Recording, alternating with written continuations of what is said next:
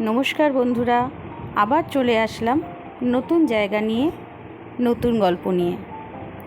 হঠাৎ করে প্ল্যান হয়ে গেল পলাশের জায়গা থেকে ঘুরে আসি, অর্থাৎ পশ্চিমবঙ্গের পলাশ ফুলের রানী পুরুলিয়া।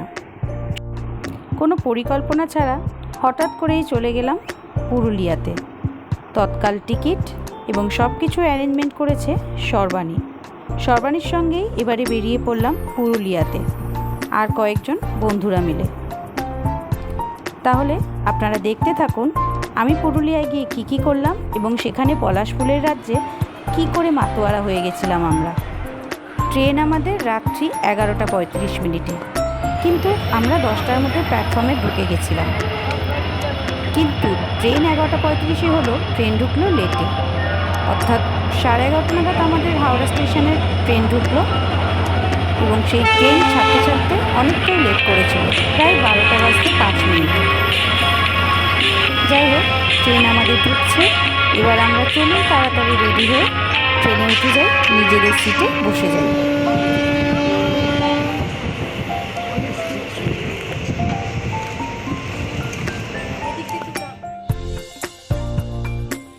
ট্রেন লেটে ঢুকলেও সারা রাতে প্রচুর স্পিডে ট্রেন চলেছে।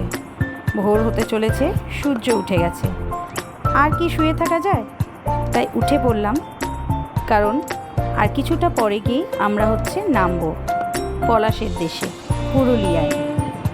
এবং পলাশের দেশে যাওয়ার আগেই চারিদিকে, অর্থাৎ রেল লাইনের দুটো পাশ ঘিরে শুধু লাল ফুলে ঢাকা, অর্থাৎ পলাশ ফুলে।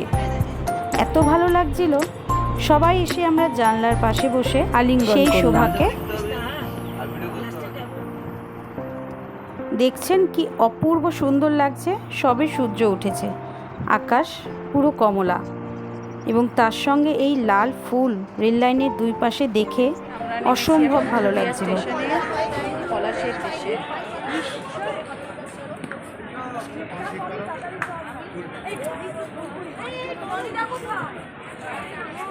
স্টেশন থেকে ট্রেন ছেড়ে দিয়েছে, আমরাও নেমে গেছি। এবার একটু হোটেলে যাব, ফ্রেশ হব, তারপরে বেরোবো।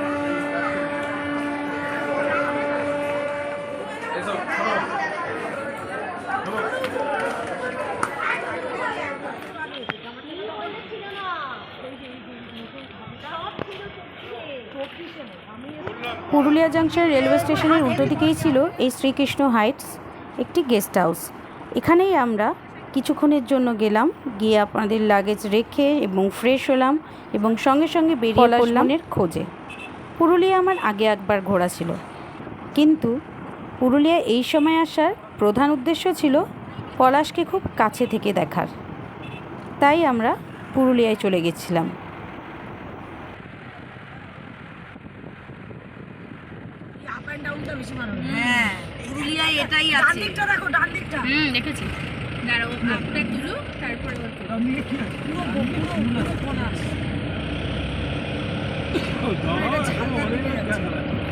ডান দিক বাদিক যেদিকেই তাকাও শুধু পলাশ আর পলাশ।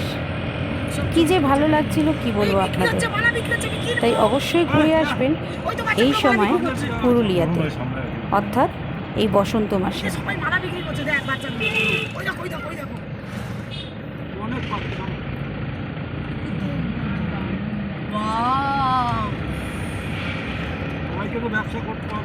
কি দারুণ, কি দারুণ।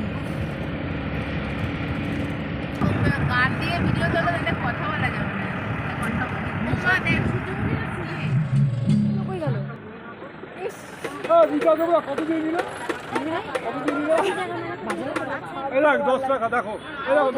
বানিয়ে দিয়েছে, ওটা তো ডাল দিয়ে করা।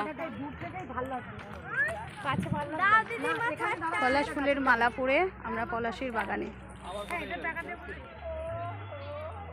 মন মুগ্ধ করা পরিবেশ, চোখের শান্তি, মনের শান্তি, অসাধারণ সুন্দর, অসাধারণ সুন্দর, অসাধারণ।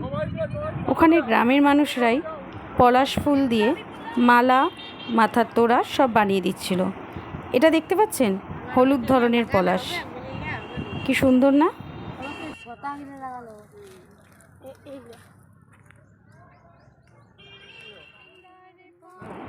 গলায় মাথায় হাতে পলাশ ফুলের মালা পরে চুপ করে কি দাঁড়িয়ে থাকা যায়? তার সঙ্গে সঙ্গে নিজেরা গান করলাম এবং তালে তালে পা দুলিয়ে নিলাম। খুব আনন্দ করলাম।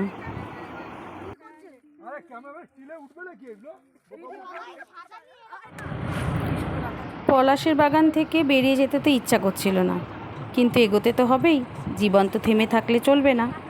তাই এগিয়ে গেলাম আমরা পরের ডেস্টিনেশনে, অর্থাৎ অযোধ্যা হিলসের দিকে।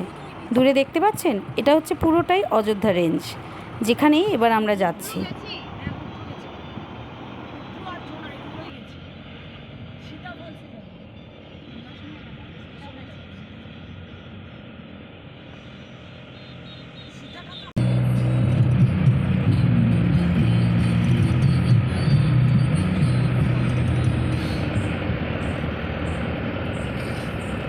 দাঁড়িয়ে দেখ গাছটা ছুঁয়ে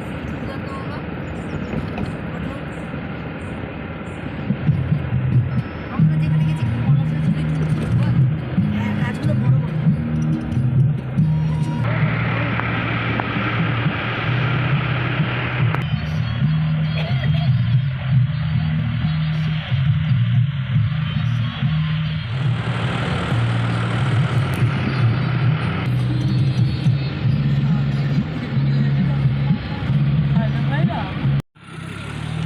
অযোধ্যা হিলটপ থেকে এটা একটা নিচের ভিউ।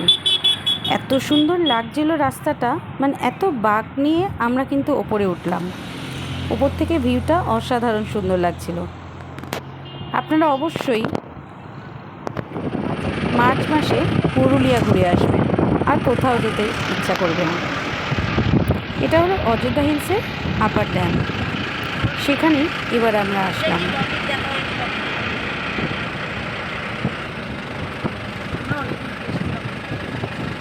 এতক্ষণ বেশ ভালোই আসছিলাম, কিন্তু এখানে এসে দেখি বিশাল জ্যাম রাস্তা। আসলে এটা হচ্ছে ওয়ান ওয়ে। অযোধ্যা হিলস থেকে উঠে, হিলটপ এরিয়া থেকে উঠে আপার ড্যাম যেতে গেলে আপনাকে এই জ্যামটা একটু খেতে হবে। কিন্তু কথায় আছে না, কিছু ভালো দেখতে গেলে একটু তো কষ্ট করতেই হবে। তাই এইটুকু কষ্ট অবশ্যই করা যায়। তাই আমরা যথারীতি জ্যামটা আস্তে আস্তে পেরিয়ে আপার ড্যামের ব্রিজ ধরে আমরা এগিয়ে চললাম লোয়ার ড্যামের দিকে। অযোধ্যা পাহাড়ের আপার ড্যামে এসেছি। যেমন রোদ সেরকম হাওয়া বইছে চারদিকে, খুব ভালোও লাগছে। পলাশ ফুলের বাগান থেকে আসলাম, তারপরে অযোধ্যা হিলটপ, এখন এসছি ড্যামে, আপার ড্যামে, দেন লোয়ার ড্যাম, দেন অন্যান্য জায়গা সবই শেয়ার করব। আমার সঙ্গে থাকুন। ভিডিওগুলো ভালো লাগলে অবশ্যই চ্যানেলটি সাবস্ক্রাইব করবেন, একটা লাইক করে দেবেন, আর সঙ্গে থাকবেন।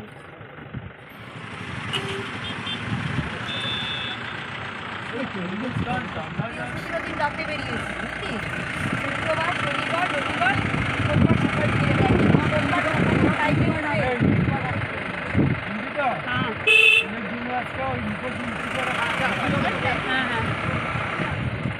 হ্যাঁ এখানে না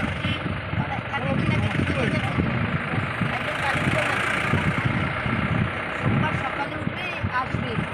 যেমন রোদ ছিল আর তেমন হাওয়া। হাওয়ার আওয়াজ শুনে আপনারা বুঝতেই পাচ্ছেন কি প্রচণ্ড জোরে এখানে হাওয়াও বইছে। রোদ থাকলে কষ্ট হলেও যেহেতু হাওয়াটা ছিল তাই অতটা বোঝা যাচ্ছিল না। যাই হোক, আমরা এই রোদ হাওয়ার খেলায় নিজেরাও মাতোয়ারা হলাম। এটি হলো অযোধ্যা পাহাড়ের দুর্গা বাঁধ।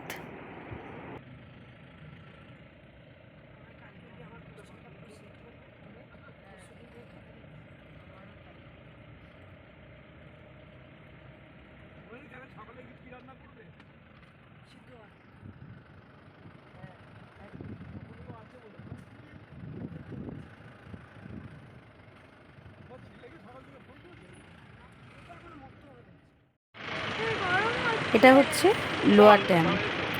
মোটামুটি এই ড্যামগুলোর ফাংশন হচ্ছে ইরিগেশন পারপাস। যখন জল থাকে না তখনই ড্যাম দিয়ে জল পাস করে এখানে চাষবাস করা হয়। মন্দিরের দিকে যাচ্ছি।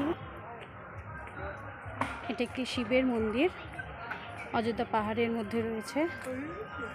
এখানে দর্শন করে তারপর আমরা এগিয়ে যাব আমাদের পরবর্তী ডেস্টিনেশনে।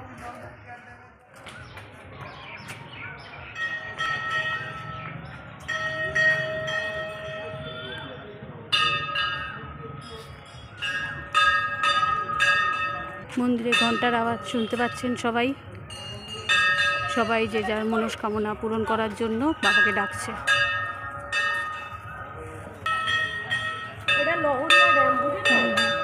লহরিয়া বাবা ধাম।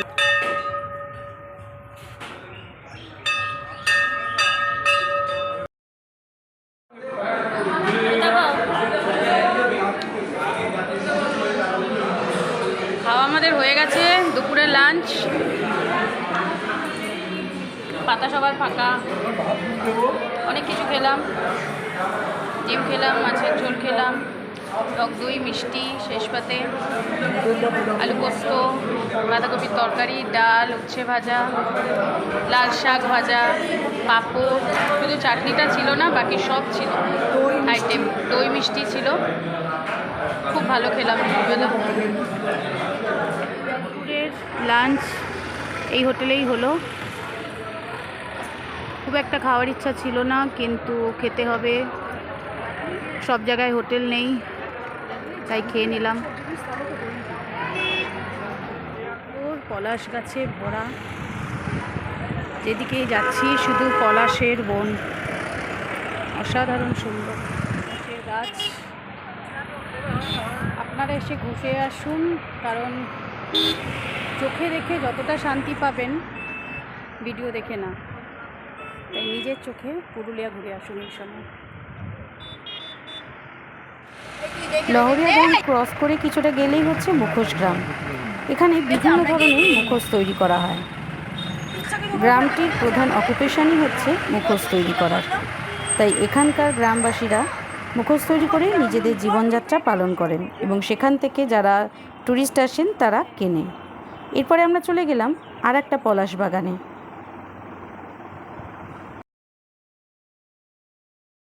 পলাশ বন ছাড়াও এখানে রয়েছে শালবন। অযোধ্যা পাহাড় পুরো ঘিরে রয়েছে এই শালবনের মেলা। দুদিকে অর্থাৎ রাস্তার দুপাশে শুধু শালবনের ছড়াছড়ি। তার মাঝ দিয়েই আমরা চলে গেলাম মার্বেল লেকের উদ্দেশ্যে। এখন ঘড়িতে বাজে 4টে। এই পরন্ত রোদে শালবনের ফাঁক দিয়ে যখন সূর্যি মামা আলো দিচ্ছে, অসাধারণ লাগছিল। মনে হচ্ছিল হীরের ঝলকানি। অসাধারণ ভিউ। আর আমার ভিডিও যদি আপনারা দেখে থাকেন, আপনারা নিশ্চয়ই বুঝে গেছেন পাহাড় আমার খুব প্রিয়। যখনই বলবেন আমি পাহাড়ের দিকে এগিয়ে যাই। জানি না কি অদ্ভুত শান্তি আর ভালোবাসা আমার এই পাহাড়কে নিয়ে।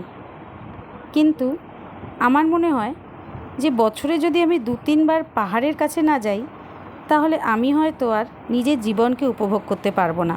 আমার কাজে আমি আমার স্বতঃস্ফূর্ততা দেখাতে পারবো না। তাই আমাকে বছরে 2-3 বার পাহাড়ে যেতেই হবে।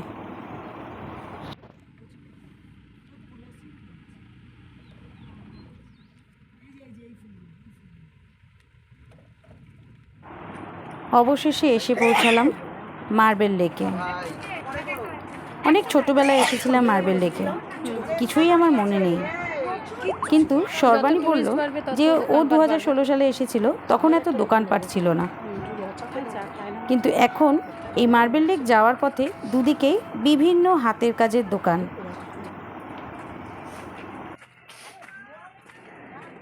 ছাউনি, শালপাতা দিয়ে ছাউনি করা।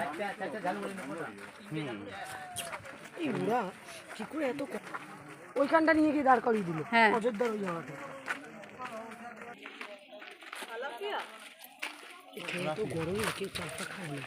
এই যে শসা, ফল, লেবুর শরবত।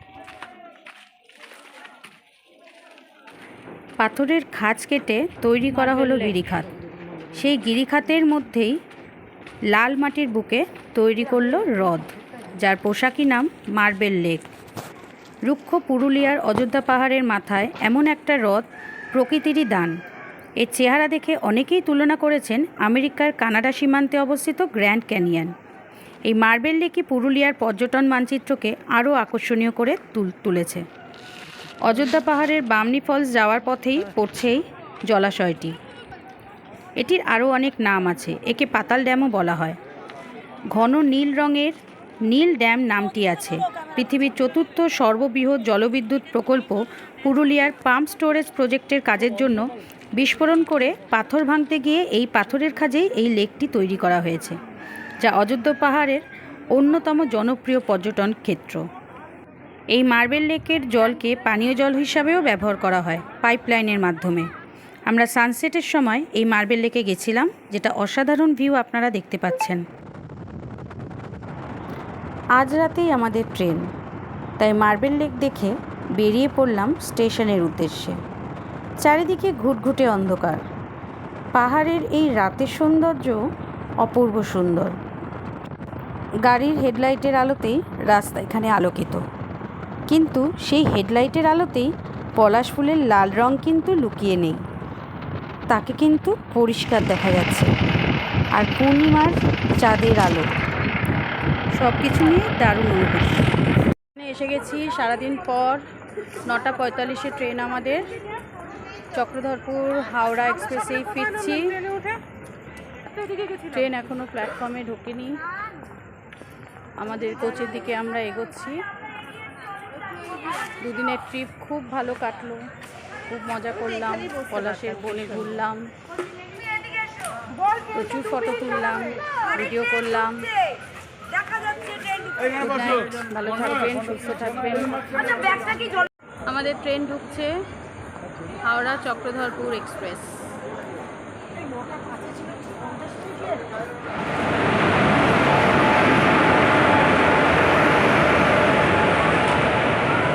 ট্রেন ছাড়ার কথা ছিল 21:45, এখন ঘড়িতে বাজে 21:55। সবে ট্রেন ঢুকলো। এখানে 5 মিনিট মতো দাঁড়াবে, তারপরে আমরা পুরুলিয়া স্টেশন থেকে বিদায় নেব।